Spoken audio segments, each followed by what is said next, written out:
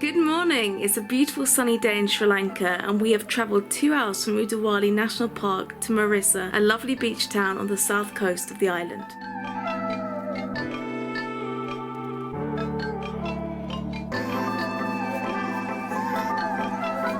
So we have made it to Marissa. We're just checking in now. This place seems beautiful, but I'll show you guys around a little bit once we've got to our room. So this is the view from our room. Little patio area and 2 lounges. So we go in here. This is our bedroom. Big bed. And the bathroom.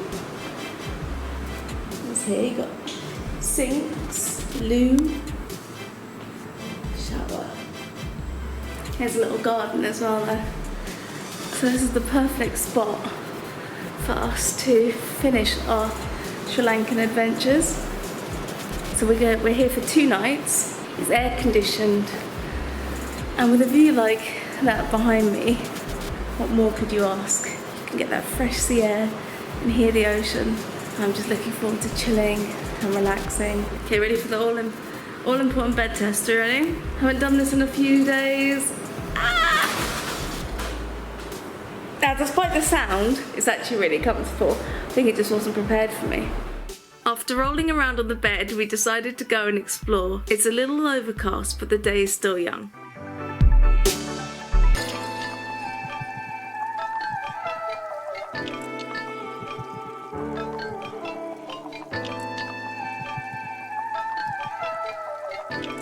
The guy at the hotel said there's a nice photo spot up here, so we're just going to venture and have a look, see if we can find it.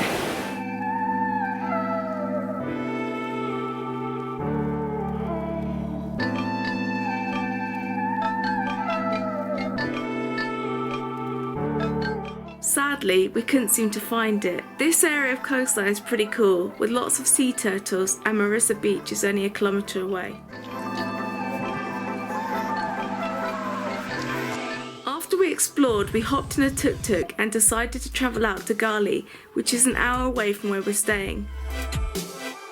En route, we stopped at Galle sea turtle farm and hatchery. From what I read, there seems to be some bogus places that claim to help turtles, but in actual fact they just seem to steal the babies. So it's definitely something to watch out for, but this place seems to be genuine. We made our way into the turtle farm and were shown the types of turtles that swim in these waters. These 5 species living in Indian Ocean. Around Sri Lanka, these 3 species living in Atlantic, Pacific and Black Sea. This little turtle was found under the sand and too weak to get to the ocean. He is now 4 months old and will return to the sea in the next month. This is a green sea turtle, which is the most common species around Sri Lanka. This one lost a leg in a fishing net. Once the turtle has gotten bigger, they plan to attach an artificial leg to this turtle. We were able to stroke this turtle, but only gently on its shell, and I think even that was a bit too much. This turtle is 14 years old and has a damaged jaw from a fishing hook. He has had surgery but is still not able to consume solid foods. In time he should heal and be released back into the sea.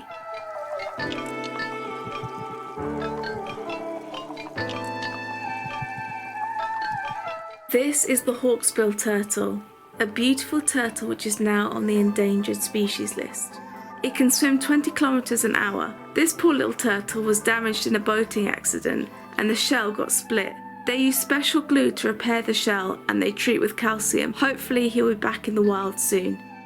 The turtle I'm holding is a perfectly healthy little baby turtle. However, they're waiting until he's over 5 months old to release him back into the sea.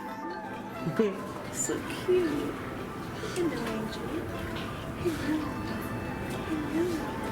This is so cute. Can I put it back in the water? Yeah, you can put down slowly to tank. At the moment he's 4 months old, so hopefully next month this little one goes free. These 2 little turtles are 14 and 16 days old. They aren't strong enough to go into the sea yet, but will stay here until they're 5 months old and will get released back into the wild.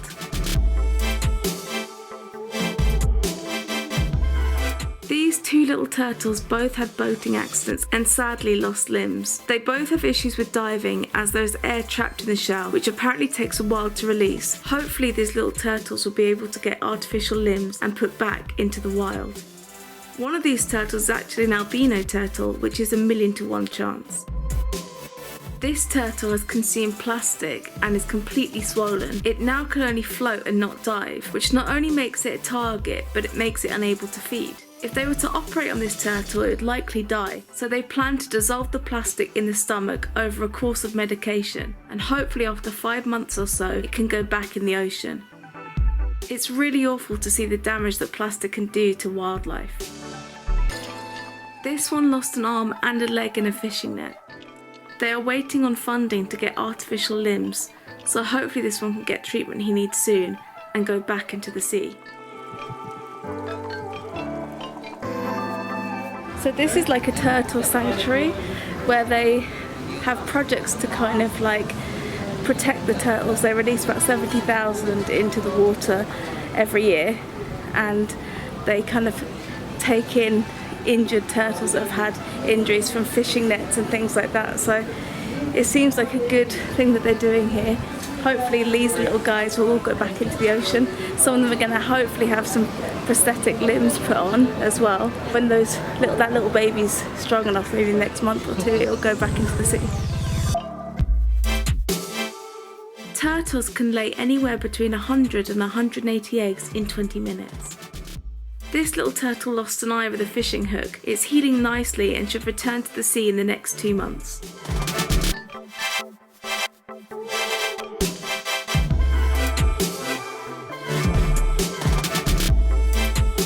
I hope it won't be long before these little turtles make their way back into their natural habitat and are able to live their lives in the ocean where they belong.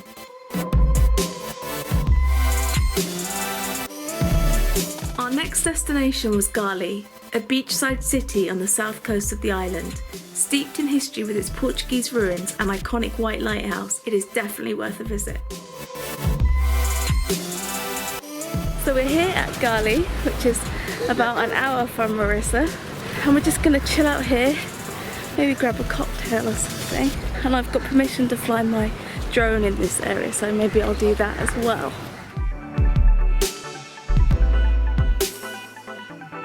This is a nice chill beach, and Galle isn't too far from Colombo either, so if you fly in there you can go along all the coastline here, and there's a nice train that you can take, which we didn't do this time. The train goes right across near the coastline itself. I think it might even splash the train, I'm not sure, don't quote me on it, but I think it's something quite like that, and it's definitely worth doing. I want to do it next time we come. We now have a really hot date with a nice cold drink, because I am so thirsty, and I think Tig is thirsty as well. It's so humid, I think we need a cocktail. Tig is a cocktail. Basically, for the drone, I had to get permission from the military to fly it, and I had to actually write the days I'm going to be in a certain place and the time that I'm going to be flying it, which is why today is the day we went to Galle, because that's the only day that I wrote down that I'd be here to fly it. So I had to kind of stick within the guidelines. But actually, once you get all that permission, it's pretty straightforward, and it was only like £30 for the drone itself, so that was pretty cool. So bye bye beach and hello ice cream. In Sri Lanka they have these cool tuk-tuks selling ice cream, but it's not only ice cream. I've seen everything from bread, pastry, samosas, orange juice, milkshakes being sold in tuk-tuks.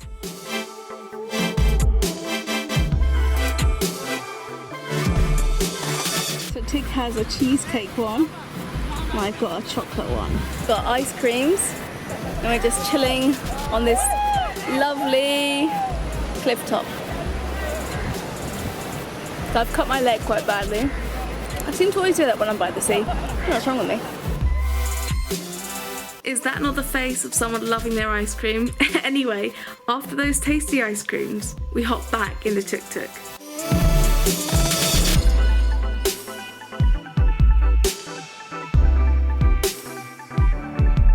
After a quick stop at the pharmacy to clean myself up, we decided to head to a place we could enjoy a meal and watch the sunset while taking in some great views.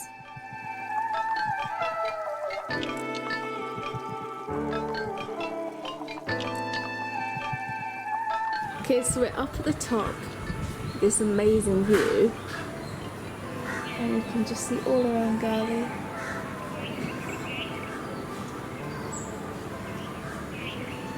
This is the perfect spot to watch the sun go down and have a nice drink. It's called the Lady Hotel.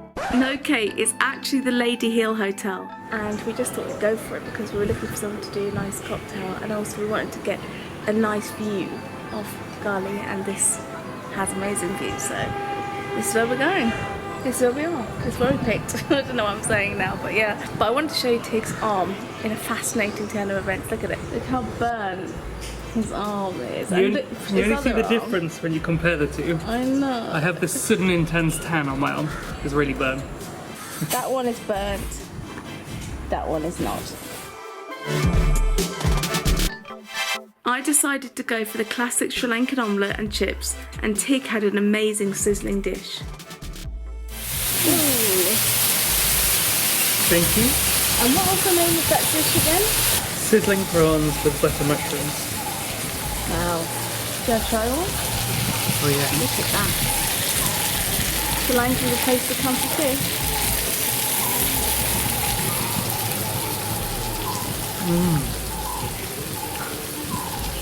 That is mad delicious. Oh wow. I rate this. This is really good. I've gone with something simple because I've had a bit of a dodgy stomach. But I'm going to try some of Tig's anyway. That is lovely. It's got a nice spicy kick, but it's very mild spicy. Kind of like a really lovely stir fry. You can tell it's been on a wok. It tastes fantastic. That's really good.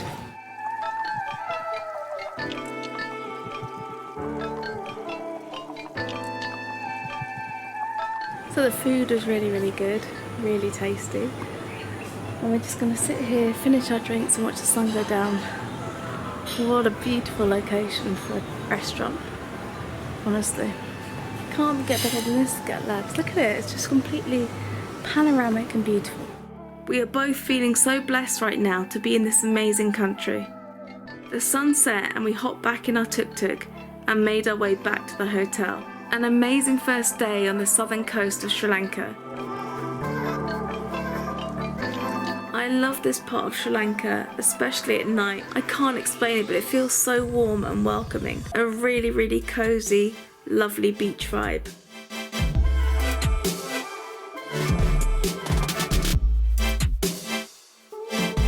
Next time we take to the seas, where we go and search for one of the largest and most gentle mammals in the ocean. So I hope you guys will join us next time. But until then, take care and we'll see you soon.